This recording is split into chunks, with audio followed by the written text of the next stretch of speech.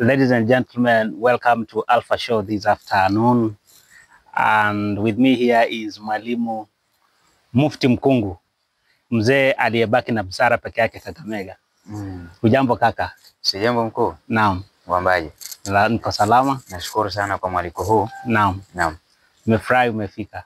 Shukran. Licha ya changamoto dogo lakini tumefanikisha kufika katika mradi. Unasema umeland through the airport? Yeah, ndio nimefika muda. Nikaona kwamba nisikucheleweshe ingawa tulikuwa tumezungumza. Kwa kuna changamoto kidogo. Asante. Karibu sana. Shukran. Leo hii una yapi? Mimi kwanza umetanguliza kusema kwamba mzee ambaye alibaki katika kaunti ya Kakamega. Na busara. Sio mzee tu. Mzee wa busara aliyesalia katika kaunti hii ya Kakamega. Naam. Na ubusara wangu unatokana na vitu vingi. Mimi nina ubusara katika ukungwi. Nikizungumza ukungwi Waswahili wanaelewa. Ukungwi, unajua wengi wanaamini kwamba ukungwi ni wa kike. Welcome to Ozone Times Alpha Show with Don Alpha. Sit back, relax, and enjoy the most exclusive and educative stories just for you. Naam. Kwa hivyo kabla tuendelee, labda tukitaka mtazamaji ambaye anatutazama angependa kujua Mufti Maulid Mkungu ni nani? Najua yale majina yanatashwishi sana. Usipokuwa na uzoefu basi huwezi ukayatamka. Okay, Mufti Maulid mara mingi napenda kujiita Mufti Maulid Mkungu, yani alimaarufu kama kiongozi. Lakini mimi kando na kazi ya ukungu, mimi ni mwalimu ambaye nimeisomea kazi yangu ya taaluma ya ualimu. Mimi ni mwalimu wa Kiswahili na nashukuru Mungu nimefanikisha kupata nafasi katika mojawapo ya shule kule Garissa ambako nafanya kazi yangu ya ualimu. Kwa hivyo kazi ka Garissa? Nipo Garissa katika mojawapo ya shule kule. Wewe mwalimu wa lugha ipi? Lugha ya Kiswahili. Somo la Kiswahili. Na kando na ualimu wangu pia mimi ni mwandishi wa kazi ya fasihi. Nimefanikisha kuchapisha vitabu vingi tu vya fasihi. Kwa hivyo ikija wakati wa Kiswahili na uandishi na uchapishaji naelewa ile mambo. Kwa hivyo umechapisha vitabu vingapi? Kwa sasa hii nimefaulu kuchapisha vitabu 4 kufikia sasa hii. Ambavyo nimefaulu kuvichapisha, vyote viko sokoni. Na pia kuna kazi nyingine ambayo inaendelea. Yote ya Kiswahili. Naam. Yule anaitwa Mwalimu Mufti Maulid Mkungu. Leo tuna furaha sana. We have just hosted him today. And we want to believe that as he says, his word is true. He's the only old man in Kakamega left with brain or what? Busara sijui mnahitaji kwa Kiingereza. Busara mnaita knowledge. Knowledge. Wewe pekee ndio una knowledge. Knowledge Kakamega. Hakuna mwingine. Kuna wazee kama wazee wapo, lakini ni wazee kiumri. Unajua sio kwamba kuzeeka kiumri ndio unakuwa na ubusara. Wapo wazee kiumri wapo, lakini tukikuja kwenye ubusara na uelewa, mimi ndo kiongozi. That's wonderful, that's amazing. Kwa hivyo leo hii kuna swala ambalo ningependa kutuzungumzia. Nina muda ndio maana nimefika katika maeneo yako. Na swala hili ambalo nataka tuzungumzie siku ya leo. Najua wale ambao wanatutazama wanatasishi sana. Angaa vijana ambao wanabobea wanataka labda kujiongea kwenye ndoa. Tunataka ulete ile buzara ambayo unaijua sasa. Unajua tukizungumzia masuala ya ndoa, kwanza kabisa swala ni hili. Kuna swali ambalo linasumbua sana. Haki ya mwanamke na mke kwa mwanaume. Unanielewa swali? Nimekuelewa. Haki ya mwanamke na mke kwa mwanaume. Kwanza wewe unalielewa vipi? Kuna wengi wanafikiria kwamba mwanamke ndio mke. Lakini mwanamke na mke rejelea.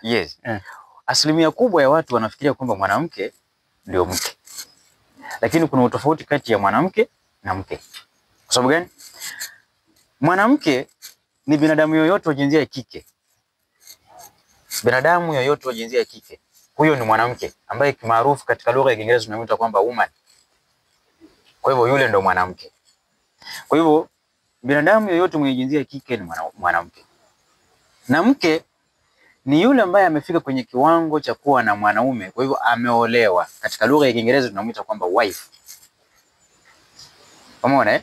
Katika watu wengi wanayumba wakati unasikia mtu anasema kwamba anamtambulisha mpenzi wake mbele za watu. Anasema kwamba huyu ni mwanamke wangu. Siwezi nikasema kwamba amekosea, kuna uwezekano anaelewa. Lakini kama kweli ni wife mzuri kwako, inafaa umtambulishe kwamba huyu ni mke wangu. Kwa hivyo haifai umtambulishe huyu mkeo kwamba mwanamke. Labda kama ana sifa za mwanamke, kwa wanaume ambao wanajielewa, ambao wamepitia ukungwi katika darasa langu, wachache wanajua.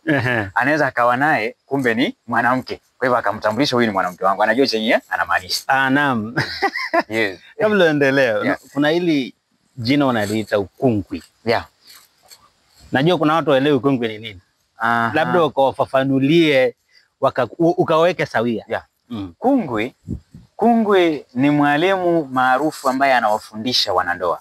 Katika siku za kule nyuma, kuna jamii ya Wadigo ilikuwa imeshika chini sana katika kuwafunda wanawake wao, wasichana wadogo ambao wanaingia katika ndoa. Kwa sababu hawakutaka msichana aingie katika ndoa akiwa msungo. Msungo ni mwanamke ambaye hajafundwa.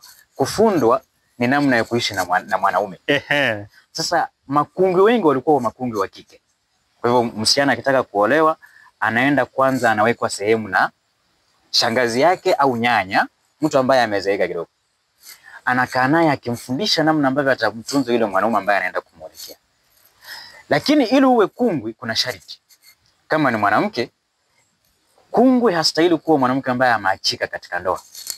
Kwa sababu kama umeachika katika ndoa, utamfunda nini huyu mwanamke? Kwa hivyo sifa za kukaa. Kuna mkungwi mwanaume. Kuna makungwi wanaume kama mimi sasa. Huu kungwi ambao tunaufanya, tuliona kwamba wanawake wengi wanafundwa, ndio, lakini wanaume pia hawafundwi namna ya kutunza mke wao. Kwa hivyo unakuta kwamba wasichana wamefundwa ndio, wachache kwa mfano. Huyu msichana anamkuta mwanaume ambaye mwanaume hajui dhamana ya mwanamke kwa mfano. Sasa unakuta hiyo ndoa inayumba. Kwa hivyo nikaona kwamba kuna vizuri pia makungwi wanaume wawepo. Kwa hivyo kwa maoni yako, ukungwi ni wa maana sana katika jamii. Katika jamii sana. Yaani kama jamii nyingi zingeweka mambo ya elimu, kusema kwamba mtu amesoma, ameweka masomo mbele nini na nini, ingehimiza ukungwi katika kila jamii, ndoa nyingi za watu ambao mnaita Gen Z ingekuwa zimesimama. Lakini kwa sababu msichana anatoka kwao hajafundwa, kijana anatoka kwao hajafundwa, wanakutanishwa kwa misingi ya kuamini kwamba hii ni ndoa, ndio siku inayumba. Ukungwi ni muhimu. Kwa hivyo ndoa mingi hazijakaa ama hazijazaa matunda kwa sababu ya kutokuwa na kutofundwa, kutokuwa na makungwi katika jamii. Naam, nakuelewa sasa. Sasa kuna baadhi ya vijana, nikizungumzia vijana nazungumzia wote wa kike na wa kiume. Nimekaa nao katika vikao vyangu mingi, tukao tunafundana. Wengi wa kike huwa wanauliza kwamba namna vipi ambao nitamtambua mwanaume ambaye ni mwema kwangu, mwanaume ambaye ana malengo ya kunioa, si ndio? Vile vile hata wanaume pia wanauliza kwamba nitajuaje msichana ambaye yupo na malengo ya kuishi na mimi. Naam, kabla msichana haoleke au kijana aoe, kuna yale masomo ambayo wanasoma. Ni kijana mmoja mmoja ama kuna darasa ambalo linaundwa na watu? Mara nyingi kama sisi vijana wao wanajisajili, kisha jisajili kuna darasa ambalo tunawafundisheni wote kwa pamoja. Kwa sababu tuseme kama ni wanaume tutakaa nao kwa darasa lao kama wanaume, na kama ni watoto wa kike tutakaa nao kwa darasa lao kama wa kike. Kwa sababu kuna kule kufunda kwa wanawake ambako hutamfunda mwanaume. Umeelewa? Nakuelewa. Nataka nikupe mfano hai. Ukiangalia baadhi ya wasichana ambao wengi wamezaliwa katika, kuna baadhi ya jamii kule pwani, kwa mfano, ukiangalia wasichana wao wengi wanapenda kutumia ushanga. Ushanga kiunoni. Wanautumia lakini hawajui unaotumika vipi. Lakini mwanamke ambaye amefundwa namna ya kutumia ushanga, hata siku moja uwezo ukauona ukiwa unaonekana. Kwa hivyo kuna kule kufundwa kwa wanawake, tunawafunda katika darasa lao, na kuna wale wanaume tunawaweka katika darasa lao pia tunawafunda wao kwa misingi yao. Nakuelewa. Na turejelee kwenye mada ya siku ya leo.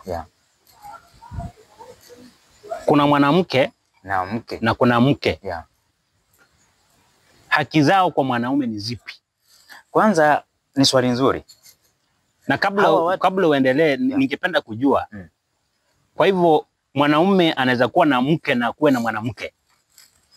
Katika uhalisia wa Kiafrika wanaume wengi ambao ni Waafrika kuna uwezekano akawa na mke na awe na mwanamke. Kuna uwezekano tena mkubwa sana, asilimia kubwa. Na wachache wanajikuta kwamba wako na mwanamke wanadhani ni mke. Wanajikuta wana mwanamke na wanadhani ni mke. Sasa nataka nikueleweshe. Mwanamke na mke hawana haki sawa mbele ya mwanaume. Mtu asikudanganye. Mwanaume ili afikie kiwango cha kusema kwamba nimefika kiwango cha kumuoa huyu nimweke ndani ya nyumba kama mke wangu, yani wife, si ndio? Kwanza amemuona ana sifa nzuri ambayo inamvutia, kwa hivyo amefikia kiwango cha kumiliki, kumweka ndani. Si ndio? Jambo ambalo wanawake wengi wanapenda kulisikia. Ukishamwambia kwamba nitakuoa, inakuwa linampatia ushawishi wa kuona kwamba huyu mwanaume yupo serious. Kwa hivyo anaweza akafanya kila kitu kukushawishi ili uamini kwamba ni mke ambaye unamtaka. Ukishamweka ndani ya nyumba sasa, zile sifa ambazo alikuwa nazo na vishawishi ambao alikuwa anakufanyia vya kuonekana kuwa mke vinaisha. Sasa anarudi kuwa mwanamke kwako. Na ndio maana unaona baadhi ya wanaume wengi wanasema kwamba mimi mke wangu ni msumbufu. Huyo sio mke. Huyo ameingia kwenye nyanja ya mwanamke. Kwa hivyo mke msumbufu ni mwanamke. Yes. Sasa kwa sababu gani? Katika kufundwa mwanamke ambaye, namaanisha huyu msichana sasa, akifundwa anaambiwa nenda ukamtii mumeo. Hiyo ni kijamii. Katika dini iwe ya Kiislamu wanafundisha kwamba muwe chini ya waume zenu. Iwe Kikristo, Biblia inasema mwanamke anyenyekee kwa mumewe. Yaani iwe kidini, iwe kisheria, iwe kijamii. Zote zimesema kwamba awe mnyenyekevu. Kwa hivyo wakati unamkuta mwanamke ambaye hana unyenyekevu kwa mwanaume wake, huyo anadhihirisha uume ndani mwake. Yaani anahisi kwamba nyinyi nyote ni wanaume katika nyumba. Kwa hivyo anadhihirisha uume ndani mwake. Huyo sio mke. Na ndio maana unasikia vijana wengi wanasema kwamba natafuta wife material. Unadhani wife material kutoka wapi? Huu material wa wife uko katika mwanamke ambaye ni mwelewa, msikivu na mtiifu kwa mumewe. Naam, nakuelewa sasa. Kwa hivyo mke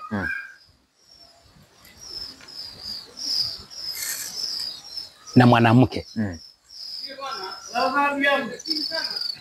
mke ako na haki gani? Ni swali nzuri kwa sababu niliona kuna jamaa mmoja alikuwa ameuliza hilo swali. Nitawajibu hivi. Mke ana haki nyingi kwa mumewe. Kwa sababu tayari tushaelewana kwamba mke ni nani na mwanamke ni nani, si ndio? Mke ana haki nyingi kwa mumewe. Kama mwanaume, kwanza mke ana haki ya matunzo kwa mumewe. Mke ana haki ya matunzo. Yes. Wewe kama mwanaume ni lazima, unajua wakati tunazungumzia haki ni jambo la lazima umfanyie. Hiyo ni haki yake. Anaweza akaandamana kwa sababu hilo. Mke ana haki ya matunzo kwa mumewe. Na ndio maana hata katika maandiko yamesema mwanaume umtunze nini? Mkeo. Kwa hivyo mke, wewe kama mwanaume unastahili kumpatia mwanamke matunzo. Wakati tunazungumzia matunzo, tunazungumzia chakula, tunazungumzia mavazi, tunazungumzia hata pesa za nini? Za matumizi. Mkeo hahitaji kukushawishi ili umpatie pesa. Ni jukumu lako wewe kama mwanaume kujua kwamba nimempa pesa. Ni jukumu lako wewe kujua kwamba mke wangu amevaa vizuri. Na ukitaka kuangalia mwanaume mzuri kiakili, angalia namna ambavyo mke wake atafanyaje? Atavaa. Kwa hivyo unataka kumaanisha kwamba wanawake wote ambao wamevaa vibaya ni taswira kamili ya mwanaume. Taswira kamili ya mwanaume. Kwa hivyo mwanamke akivaa vibaya, taswira kamili ya mwanaume. Taswira kamili. Kwa sababu ukiangalia yule mwanaume ambaye mke wake anavaa vibaya, unajua kwanza vibaya tunamaanisha maana mbili.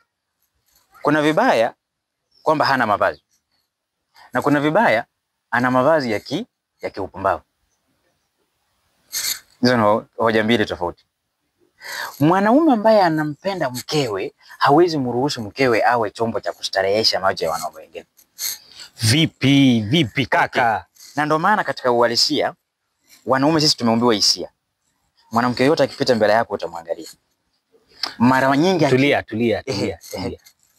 Umesema mwanamume mwenye akili razini. Yes. Astahili amwachilie mkewe afanye vipi? Awe chombo cha kustarehesha macho ya wanaume wengine. Kivipi? Ndio hivi sasa. Ukipata mwanaume ambaye ana mke ndani ya nyumba. Na kwa mfano yule mwanamke anavaa nguo nusu uchi. Kizungumzo ili kwa sababu mimi ni Muislamu, labda mnasema kwamba dini ya Uislamu inasema huu ni uhalisia wa Uafrika. Mwanamke anavaa nguo nusu uchi. Si ndio? Kisha unatembea naye ili kushawishi watu. Wanaume wanaangalia mkeo. Kwa hivyo amekuwa chombo cha kustarehesha macho yao. Mwanaume kamili hapendi mkewe awe chombo cha kustarehesha watu. Ndio maana utapata wanaume wengine ambao wako very strict. Anamwambia mkewe kwamba ukitoka na mimi utavaa vizuri. Kama hutaki kuvaa, achana naye. Umeona? Huyu mwanaume sio kwamba akili yake ni mbaya, anajua kitu anafanya. Hiki ni kitu ambacho anakipenda na kivalue. Kwa hivyo hahitaji kiwe chombo cha kustarehesha watu wengine nje.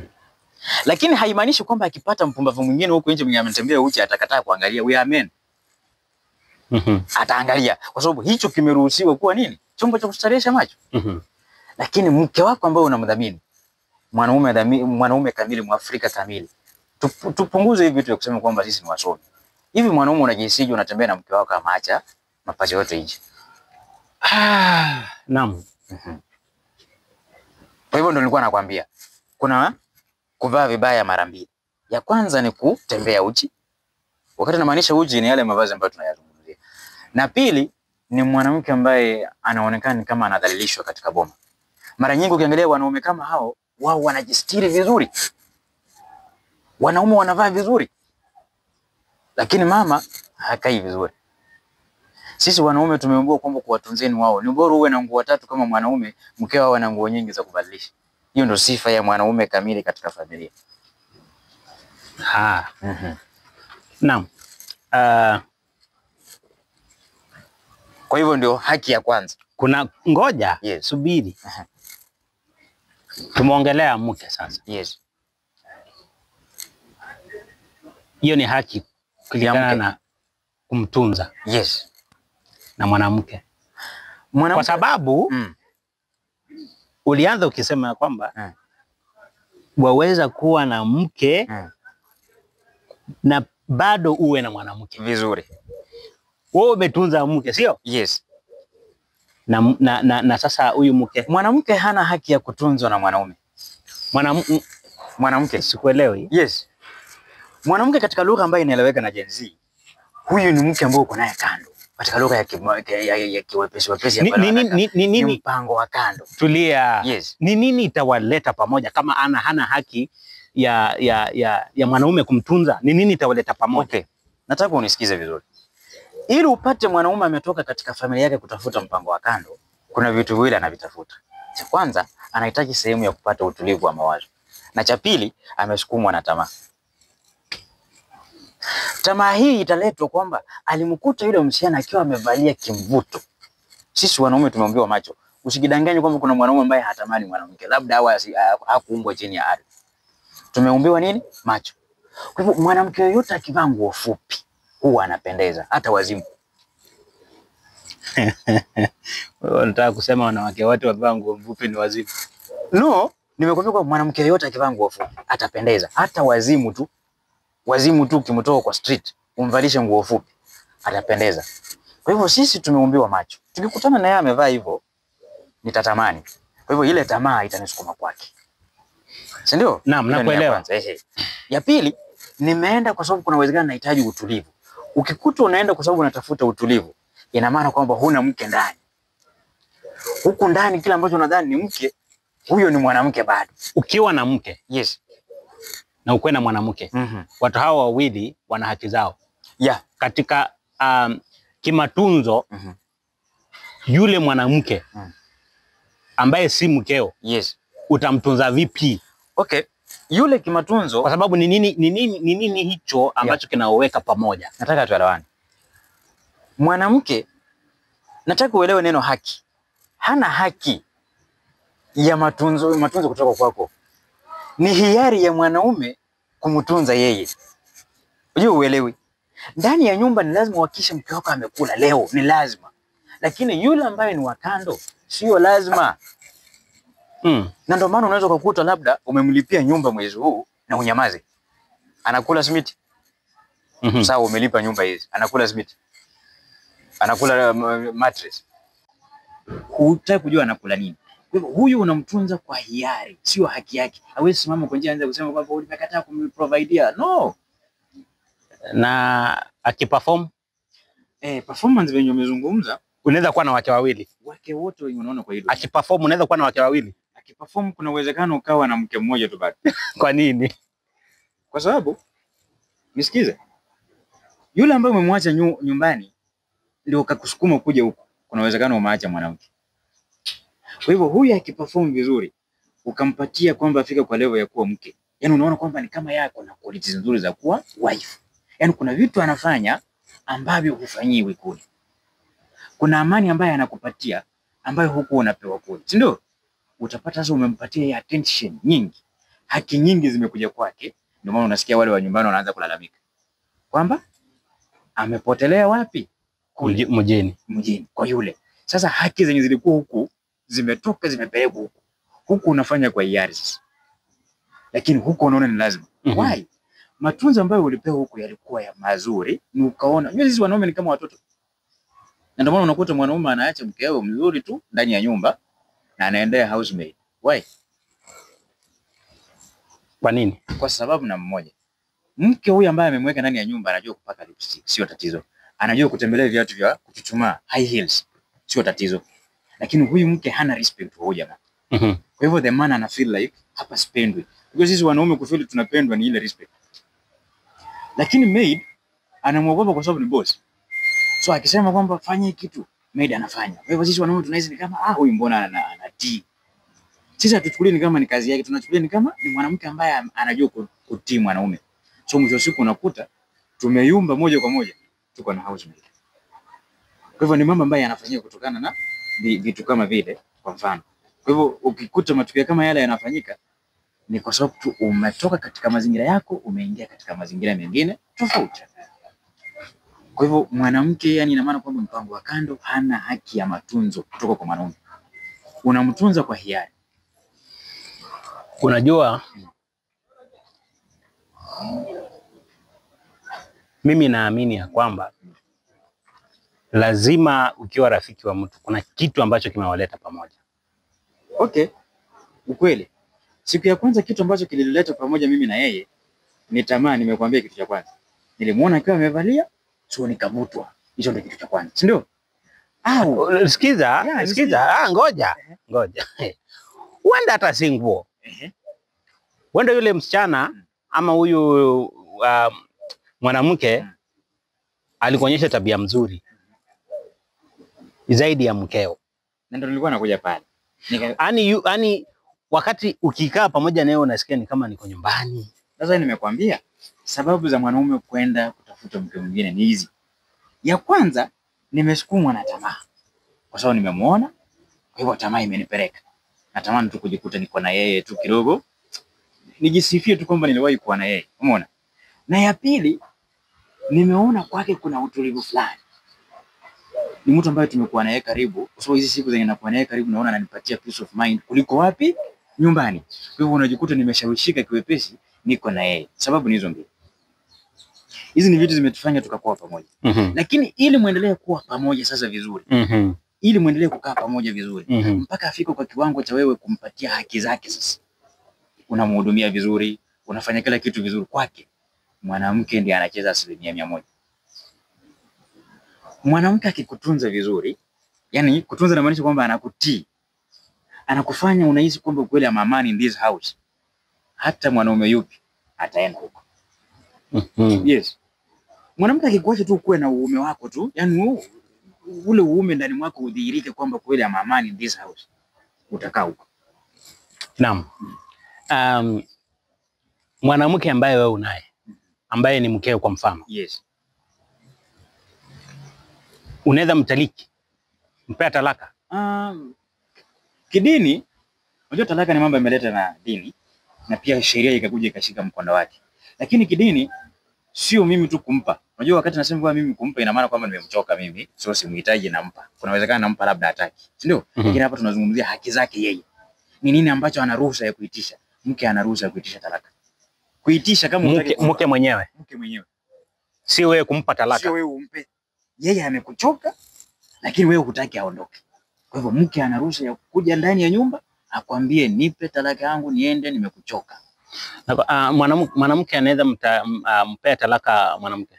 Unajua talaka mara mingi talaka inatolewa, yani talaka ni katika uhalisia inatolewa na mwanaume. Kwa sababu gani? Wewe ndio umemuoa yeye. Kwa hiyo wewe ndio unamwambia kwamba kuanzia leo sikuhitaji katika nyumba yangu kwa mfano. Si ndio? Talaka inatolewa na mwanaume. Tungekuwa tunaolewa kwao, wao wangekuwa wanatupatia sisi talaka. Si ndio? Lakini kinyume na kwamba huyu mwanamke yuko ndani ya nyumba yako, unamdhulumu kwa mfano, hutaki kumwachilia, huyu mwanamke ana haki. Huyu mke wako sasa wife ana haki ya kukuambia nipe talaka yangu niende.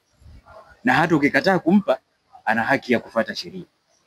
Hiyo ni haki ya wife. Mke ana haki zote. Lakini unasema mwanamke hayupo. Huyu mpango wa kando? Kuna uwezekano hata nishamchoka tayari. So hata asiniombe talaka ya nini? Aende tu.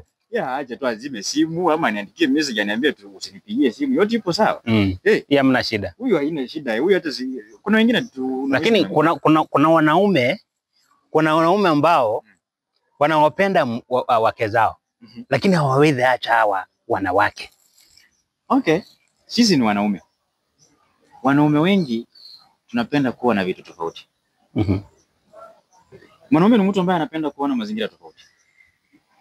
Mwanaume akiona mazingira tofauti, akili ya mwanaume imebeba vitu mingi katika akili yake. Mwanaume anafikiria pesa, mwanaume anafikiria familia. Kwa hivyo unakuta akili yake inachoka. Ikiwa katika mazingira yale, akili ya mwanaume haifanyi kazi vizuri. Kwa hivyo unakuta amejiwekea mazingira tofauti ya kubadilisha mienendo yake. Kwa hivyo fikra zake zinakuwa vizuri. Sasa ndio unakuta kwamba yuko na bibi ndani ya nyumba, kwa mfano, huyo ni mke wake, si ndio? Lakini bado ana yule mwingine huko nje. Sasa yule mwingine mwenye unaona anang'ang'ania sasa. Huyo msichana ashatoka kwenye level ya mwanamke sasa. Huyo msichana ana sifa za uke ndani mwake.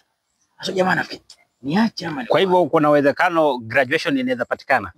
Wewe katika marriage, katika mahusiano mwanaume wewe ndio kuamua. Unaweza mpandisha cheo. Kulingana na tabia zake. Unaweza kumtoa katika mwanamke ukamweka kwa. Na ndio maana unapata baadhi ya wanaume uko unasikia kwamba alikuwa na mpango wa kando. Lakini hivi ashampangia nyumba. Anamgharamikia kila kitu. Sasa huyo sio mpango wa kando venye mnafikiria. Jamaa kuna quality fulani ameona ndani ya huyo msichana. Ndio maana amemfanya kuwa mke. Hivi karibuni mnaanza kusema kiongozi ana wake wawili. Full stop. Kwa hivyo kuna swala ambalo ningependa tuzungumzie. Ili swala la mwanamke na fedha katika haki zake kwa mwanaume. Kwa hivyo unamaanisha kwamba hela zangu ambazo nimezitafuta mimi. Si ndio? Yes. Si wewe ni mwanaume? Yes. Ambazo nimezitafuta mimi. Yes. Haki ya watu wawili. Yes. Nitakurudisha hapo nyuma. Mke wangu ambaye ni mke sasa. Unajua wakati nazungumza mke, naweza nikawa hata na yule msichana lakini ananitii vizuri. Mke wangu ambaye ni mke ana 100% haki ya pesa zangu. Yaani hata mimi mke wangu anajua salary ambayo anapata. Mke wako? Yes. Mshahara wangu anaujua, yani wote, sio kwamba nimekata ndani sijui nikasema nimepunguza. Mshahara wangu wote mke wangu ana haki ya kujua. Kiufupi hata nikishalipwa hivi kuna uwezekano pesa zangu zote wanapatia wife. Wewe sasa. Mimi sasa. Mufti sasa. Mufti Maulid. Umeona? Nampa mshahara wangu wote. Huyo ni mke. Aufanyie nini sasa? Sasa kwa sababu ni mke wangu, ina maana kwamba maisha na malengo tunapanga na yeye. Huo ndio ukweli. Huyu ni mke wangu. Hapana. Maisha. Nikuulize wewe unafanya kazi. Ukweli? Umepata mshahara mwisho wa mwezi. Yes. Utapeana pesa zako zote kwa mwanamke. Kesho utaendaje kazi? Okay, acha nikwambie. Hupeani kwa mwanamke. Mwanamke usimpe pesa zako, lakini mke mpe. Hata iwe mke. Sawa. Utampea hizo fedha zote. Yeye ndiye atakuwa anakupatia transport ya kwenda kazi. Acha nikwambie. ukikuta mke mzuri. Kwa hivyo subiri. Kwa hivyo hata wewe sasa hii kesho hii umepata mshahara wako, umempea mkeo hizo pesa zote. Yeah. Unataka kununua pale matunda, utampigia simu akutumie pesa ununue matunda? Acha sasa nikueleweshe kitu. Unajua sisi ni wanaume tu, tulipewa uongozi na Mwenyezi Mungu. Lakini ikifika sehemu ya kufikiria, akili za wanawake zinafikiria vizuri kuliko zetu. Kwa hivyo ukikuta mke ambaye ni mke kweli, maendeleo unaona wanaume wengi wako nayo, zile ideas zimechorwa na hawa wake zao. Umeelewa? Sisi tuko na uume ndani mwetu, we know how to command, tunajua kutafuta pesa, tunaweza kutuma hata ile tufe lakini pesa zipatikane, si ndio? Lakini katika mikakati ambayo inapangwa vizuri, inapangwa na wake. Kwa hivyo ukikuta mke kweli, una mke, si ndio? Umerudi na pesa zako zote umempatia hizo pesa. Ukishampa hizo pesa, mke ambaye ni mke kweli anajua kwamba mwanaume wangu hata toka ndani ya nyumba kwenda kutembea bure. Wengi wanafanya ambaye ni wake kweli. Ukitaka kutoka asubuhi, akishakuandaa atakwambia mwanaume huwa atembei nini bure. Kuna kitu unajaribu kunieleza mpaka nafikiria hivyo basi mkeo pia akipata mshahara hukuletea? Ya mkeo katika nyumba hukuletea mshahara? Yeah. Mshahara wake? Yeah, kwa hivyo wako ni wake na wake ni wako. Sasa kwa mfano tuseme kwamba mshahara wetu umeingia kwa pamoja. Tukiingia ndani ya nyumba, yeye ndiye mimi nampa pesa kwa mfano. Lakini yeye ataniambia kwamba nimepata nini? Nimepata mshahara, si ndio? Ni kuniambia sihitaji pesa zake. Lakini tayari ashanipa heshima yangu kama mume, amenipatia taarifa kwamba nini? Mshahara umeingia. So I know.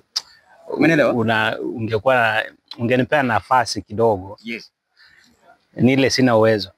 Kwa kufanyaje? Ningempigia nimuulize. No, unaweza kumpigia simu kwa confirm. Hapana. Ni jambo unaweza kufanya. Mimi mke wangu nikirudi na salary nampa.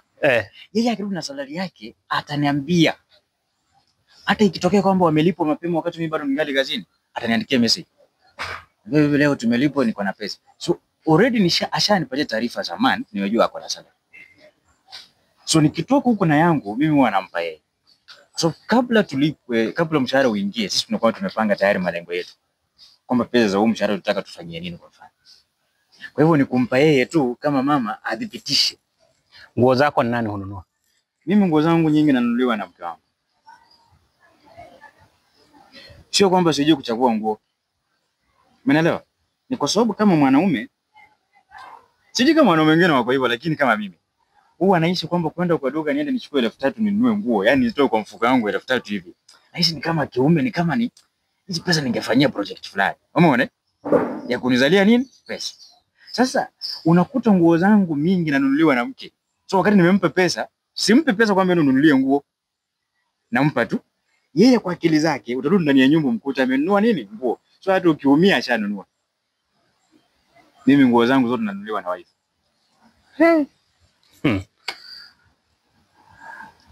Magumu hayo. Umeona? Magumu sana.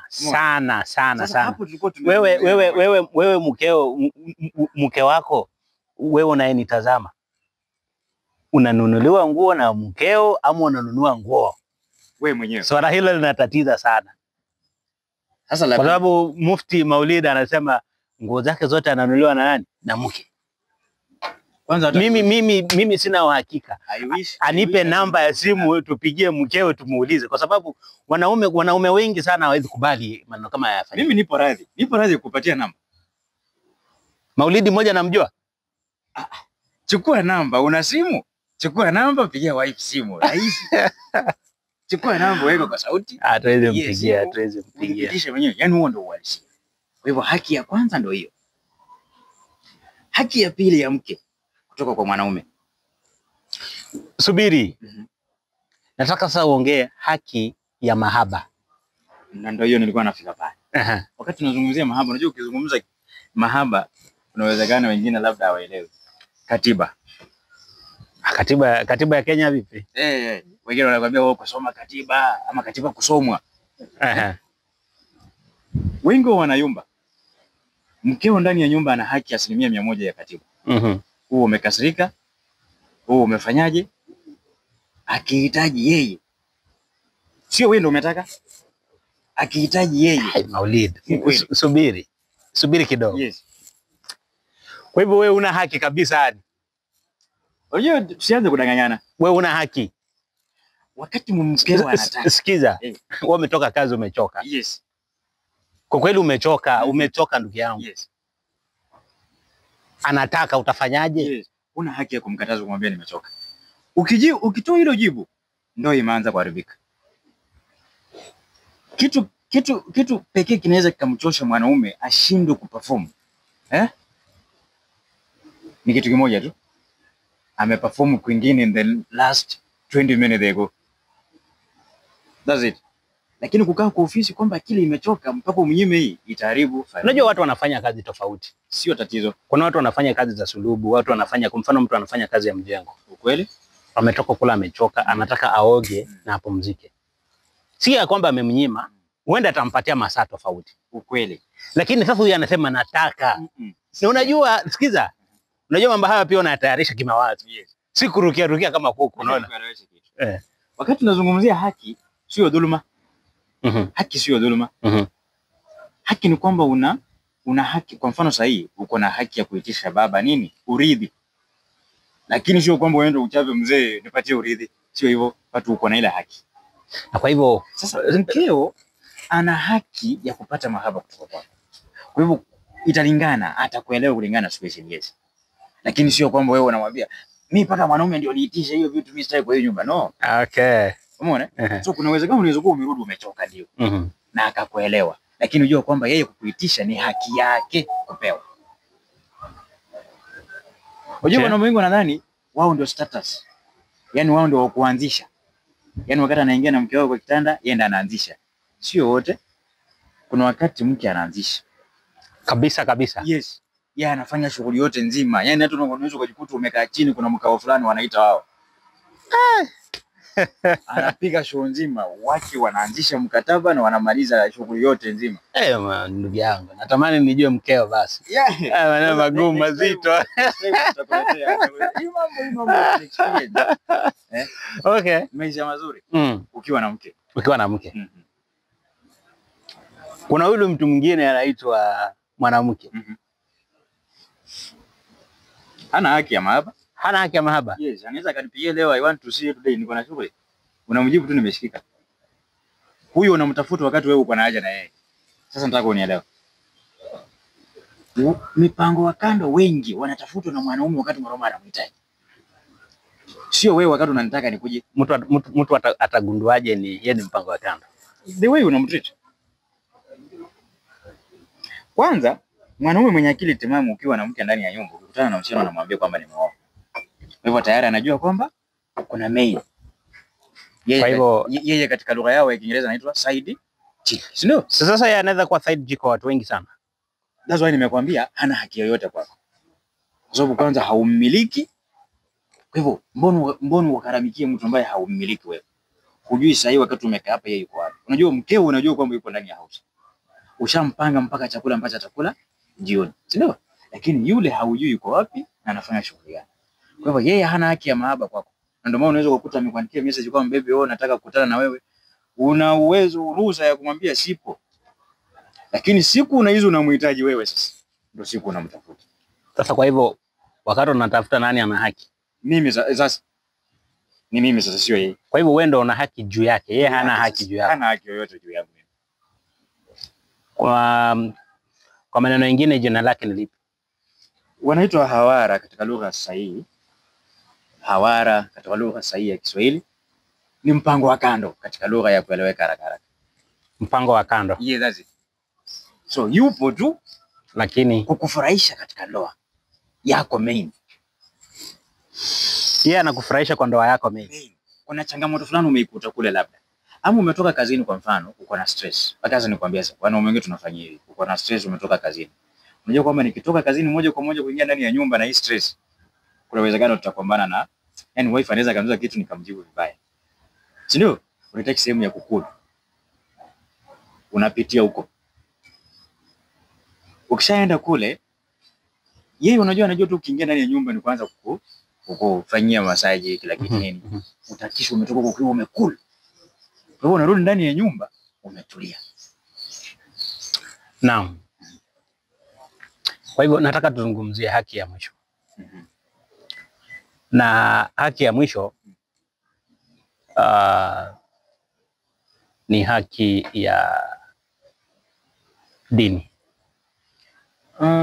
Haki ya kidini, dini unajua ni pana. Dini awe mwanamke awe mke ana dini yake.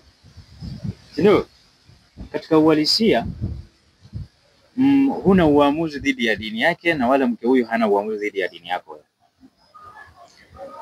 Labda kwa mke ambaye umemuoa wewe mwanaume ndio uko na haki ya kumwamulia dini yake. Lakini yeye hana haki ya kuamua wewe kwa mwanaume dini. Kwa hivyo kwenye dini hapo haki haipo wote wawili. Mwanamke hawezi kuamulia kwamba ndugu yangu kwa sababu naenda Catholic, kesho uamke tuende Catholic. Lakini kama yupo ndani ya nyumba yako, kwa mfano mke wako, ana haki ya kuwa na dini.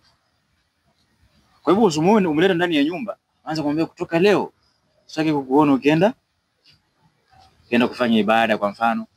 Sitaki kukuona ukileta watu wako hapa ndani wa ibada. No, ana haki ya hiyo dini.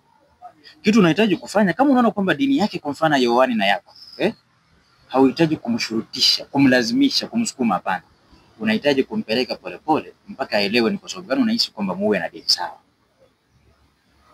Katika dini ya Uislamu tunasema usimlazimishe mkeo kuwa Muislamu, ama usimlazimishe mtu yoyote kuwa Muislamu. Mpeleke na matendo yako mema, mpeleke polepole na mafundisho mpaka siku atajisikia kwamba nimeona uzuri wa kuwa katika dini ya Uislamu. Kwa hivyo kwenye dini hakuna haki, hakuna yani hakuna kwamba unamlazimisha. Yeye ana haki ya kufanya ibada yake na hata kutafuta elimu yake ya dini yake. Naam, tunashukuru sana leo. Kuna haki moja umeisahau. Ipi? Na hii ni muhimu sana katika familia. Mke ana haki ya kuheshimiwa. Hata mwanaume ako na haki ya kuheshimiwa. Hapa tuzungumzie haki ya mume. Kwa nini nakwambia hivyo? Mke ana haki ya kuheshimiwa. Wakati tunazungumzia kuheshimiwa, hiyo kuna vitu sisi wanaume watu tunafanya. Kuna vitu unaweza ukafanya mpaka uone kwamba umemkosea mkeo heshima. Kwa mfano unaweza kutoka tu na mwanamke mmeshikana uende mpaka nyumbani, uingie ndani ya nyumba umwambie sasa leo tunalala na huyu, wewe utatoka. Wewe unajua unamkosesha. Ya pili, unatafutana na wasichana tu kwa area hapa ambao wanamjua. Hata low class kuliko yeye. Unajua umheshimu. So mkeo una haki ya kumheshimu. Kumheshimu ni kwamba kama una mpango wa kando, hakikisha ni wa mbali. La pili, yule mpango wa kando umpatia masharti kwamba mke wangu ukimuona mpe heshima zake. Sio kwamba nakutana naye kwa jana anaanza kumwambia ulishindwa kutunza mume nikamchukua. No bana. Cha pili, iwapo utapigiwa simu na mkeo na ukiwa na yule mwanamke mwingine, haruhusiwi kushika simu ya mke wako. Hana ruhusa hata yoyote. Na hana ruhusa ya kukwambia usishike simu yake. Wanaume wengi wanaharibu. Ukiwa umelala na mpango wa kando saa 8 usiku, mke wako akupigie simu, shika simu ya mkeo. Lakini ukiwa na mke wako nyumbani, mpango wa kando akupigie simu, usishike. Hana haki yoyote katika maisha yako bwana. Utamwambiaje mkeo? Sasa kwa sababu unamheshimu, ndio maana nimesema usishike. Atakwambia shika simu. Sasa huyu ni mke anatafuta maneno. Ana kiburi ndani mwake. Ana haki. Hana haki ya kunitafuta ya kuwa na kiburi. Ana haki kwa sababu anakueleza unapigiwa simu, shika, ni emergency. Okay, mimi simu ni yangu kama mwanaume. Nimejua kwamba kushika hii simu kutaleta matatizo na pili kutadhihirisha kutomheshimu yeye. Ndio maana sijashika. Kwa hivyo unataka aelewe vipi? Aelewe tu kwamba mume wangu hajashika hiyo simu. Kwa hivyo usitaki kujua kwamba nani amepiga hiyo simu, aelewe tu kwamba sija. Ndio maana mbona upigiwe simu usiku? Okay, ndio maana nimekwambia kuna wanaume ambao hawadhamini heshima ya wake zao. Kwa hivyo kuna uwezekano ule mwingine hukumwambia una mkeo, una mke, alafu hukumwambia atoe heshima kwa mkeo. Sasa yeye ndiye anakaa wakati wote anasikia anaweza kupiga tu simu. So mpe masharti. Mwambie mke wangu anapewa heshima, ni ikitokea mmekutana, mpe heshima yake. Mke wangu akinipigia simu tukiwa na yeye hapa, nashika simu yangu tena kwa wakati. Sio tunaenda huko mbali, nashikia hapa simu. Labda yawe mazungumzo ambayo ni ya private kidogo ndio nitoke niende sehemu nyingine.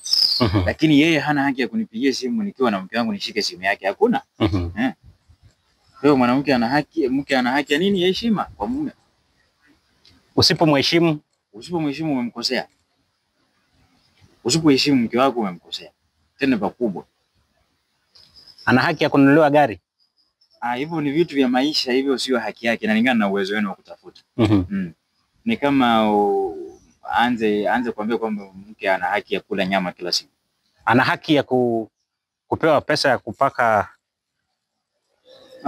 Kama ndo maisha yake kutoka utotoni, na kama huo ndo urembo wake kutoka mwanzo, ndo mojawapo ya matunzo. Unajua urembo ni mavazi. Umeelewa? Sasa huyu ni mke, labda katika urembo wake yeye akienda salon, anatengeneza nywele, anatengeneza kucha, anafanya nini na nini, ni miongoni mwa hizo vitu. Kwa hivyo una haki ya kumprovidea kila kitu kulingana na uwezo. Yes. Naam. Lakini sio haki ya kushurutisha. Anasema wewe ndio ulibaki peke yake ambaye uko na busara. Ya Kakamega mzima. Naitwa Mufti Maulid. Nafurahi siku ya leo kufika kwako.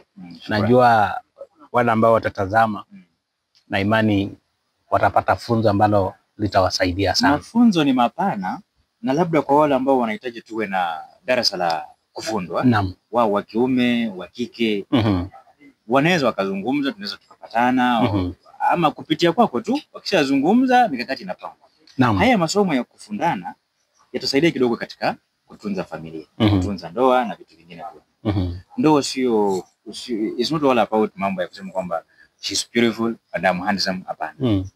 Ndoa ni taasisi kivyake. Ndio unakuta kwamba watu ni wasomi, unakuta watu ni wacha Mungu, lakini kukaa katika ndoa ni ngumu. Kwa sababu gani? Taasisi ya ndoa na taasisi ya elimu ama ya dini ni vitu viwili tofauti. Uwezo ukaja katika ndoa kusolve ndoa na matatizo kuhusiana, ulete vifungo vya dini usolve matatizo ya ndoa. Mke hawezi kuambia kwamba tunahitaji kulipa rent, uanze kuomba ya speaking in tongues. Na kuelewa. Landlord anataka rent, uanze kusema riba shongela, it can work. Tunaelewana? Ndoa ina misingi yake tofauti. Ukielewa misingi ya ndoa,